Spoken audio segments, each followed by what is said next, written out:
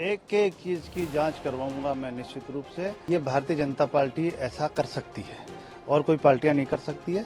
निश्चित रूप से हम साधारण कार्यकर्ता थे और साधारण कार्यकर्ता केवल पार्टी में काम थे। हमारे को तो ये भी पता नहीं था हमारे को टिकट भी मिलेगा नहीं। हमारी प्राथमिकताएं यह है कि जिस तरह से पिछले 5 साल में कांग्रेस राज ने जनता से झूठ बोल के जो किसानों का कर्जा माफ करने के लिए कहा था, बेरोजगारों को भत्ता देने के लिए कहा था, ये कह के सत्ता में आ गई।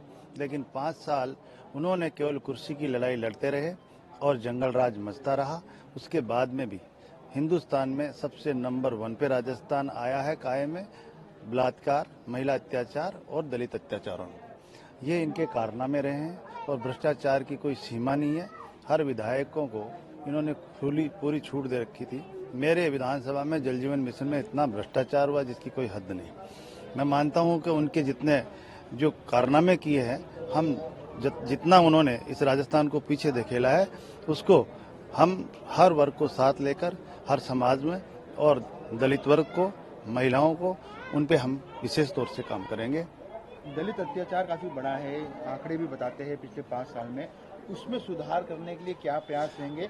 सबसे बड़ी बात आपने कहा कि आपके क्षेत्र में जल जीवन मिशन के तहत बड़ा भ्रष्टाचार गहलोत सरकार के कार्यकाल में हुआ। अब आपकी सरकार बन रही है, गठन हो जाएगा कल, उसके बाद क्या एक्शन होगा? एक एक चीज की जांच करवाऊंगा मैं निश्चित रूप से, जितना, क्योंकि हमारे माननीय प्रधानमंत्री जी मोदी जी का सपना था और उन्होंने वो करके दिखा रहे हैं। वो हर घर हिंदुस्तान में ऐसा नहीं बचे जहाँ पे शुद्ध पानी की टोटी नहीं पहुंचे। उनका सपना था और उस हिसाब से उन्होंने राजस्थान गवर्नमेंट में पैसा भेजा, लेकिन उस पैसा का सदुपयोग ये नहीं कर पा रहे। टाइम पे उन्होंने काम नहीं किया, काम किया है तो केवल भ्रष्टाचार का रूप दिया है।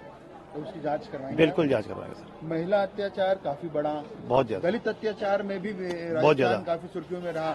ये चीजें कम हो, मैं क्योंकि जो दलित अत्याचार, मैं एससी मोर्चे का राष्ट्रीय कार्यकारिणी का सदस्य था, मैं हर स्टेट में घूमता था, लेकिन जो राजस्थान में ज्यादा हुआ है और इसके खिलाफ हमने कई बार आंदोलन भी किया। लेकिन अब हम ये सरकार आगे निश्चित रूप से जो लॉ एंड ऑर्डर रहेगा ये मजबूत रहेगा। भारतीय जनता पार्टी जो करती है वो कहती है, जो करती है, और जो नहीं कहती है वो भी करके दिखाती है। बेरवा साहब, चूंकि आपको उप मुख्यमंत्री बनाया गया है, भजन लाल जी को मुख्यमंत्री बनाया गया, दिया कुमारी जी को उप मुख्यमंत्री बनाया गया, क्या आपने सोचा था पार्टी में एक छोटे से कार्यकर्ता को इतनी बड़ी जगह? ये भारतीय जनता पार्टी ऐसा कर सकती है और कोई पार्टियां नहीं कर सकती है। निश्चित रूप से हम साधारण कार्यकर्ता थे और साधारण कार्यकर्ता केवल पार्टी में काम थे। हमारे को तो ये भी पता नहीं था हमारे को टिकट भी मिलेगा नहीं, लेकिन पार्टी ने टिकट दिया और वो भी मेरी भाभी के तिये की बैठक में था। मैं, मेरे गमी हो रखी थी घर में, लेकिन वहीं मुझे सूचना मिली। तो ये भारतीय जनता पार्टी निश्चित रूप से जो कार्यकर्ता है उसको पूरी मॉनिटरिंग रखे। निश्चित रूप से हर कार्यकर्ता को कहीं न कहीं वो उपयोग में लेते हैं।